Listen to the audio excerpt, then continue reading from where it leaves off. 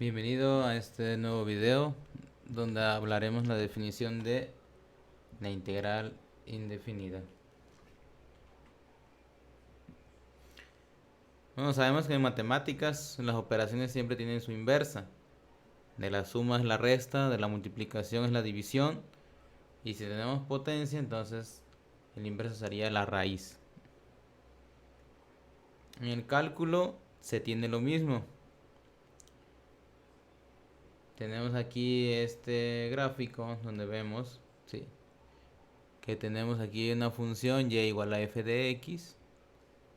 Aquí le aplicamos lo que es el diferencial y nos queda que la diferencial de y es igual a la derivada de la función que depende de x por el diferencial de x. Entonces nosotros tenemos una operación que es inversa, que se llama la integral, que nos va a dar como resultado que y es igual a f de x.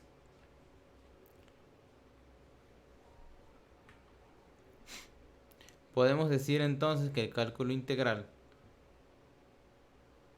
es hallar una función primitiva y igual a f de x, cuya diferencial de y igual a f' de x es conocida. ¿Cuál es la condición que debe de tener? La condición que debe caracterizar a la diferencial de y para que admita la función primitiva sobre un intervalo es que debe tener continuidad en ese intervalo. La función primitiva f de x que se obtiene se llama integral o antiderivada de la expresión diferencial dada. El proceso para hallarla se llama integración. La operación se indica con el signo integral. Decimos que ese signo es una S más estilizada. Y aquí tenemos que se lee finalmente que la integral de la derivada de una función que depende de x o el diferencial de x es igual a la función que depende de x. Vamos a observar aquí cómo tenemos tres funciones. Tenemos aquí f de x igual a x cuadrada, g de x igual a x cuadrada más 2 y h de x igual a x cuadrada menos 2. Y de este lado tenemos sus gráficas. Observemos que la amarilla es f de x, la roja es g de x y la azul es h de x.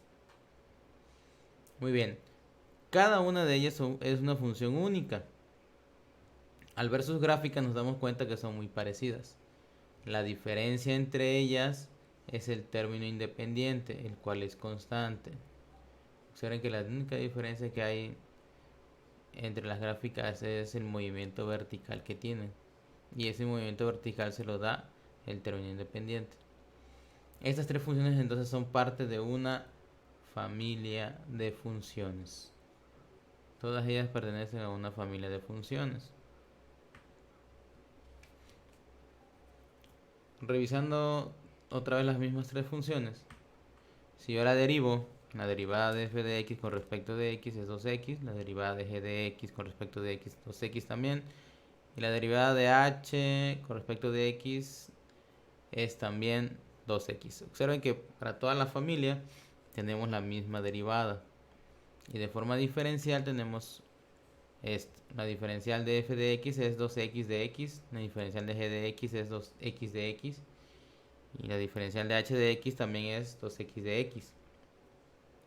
Entonces observen que para una misma familia se obtiene una única derivada.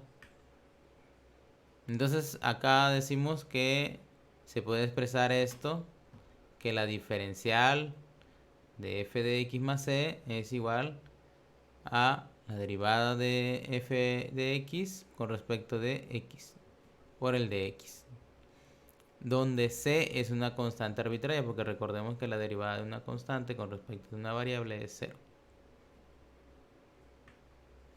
Entonces decimos que la integral de f' de x es igual a f de x más c, donde la integral de la derivada de la función por el diferencial de x es la integral indefinida y c es la constante de integración. Para nuestras primeras integrales utilizaremos propiamente una tabla de integrales, así como en las primeras derivadas utilizamos nuestra tabla de derivadas. Bueno, eso es todo por el video y espero verlos en próximos videos.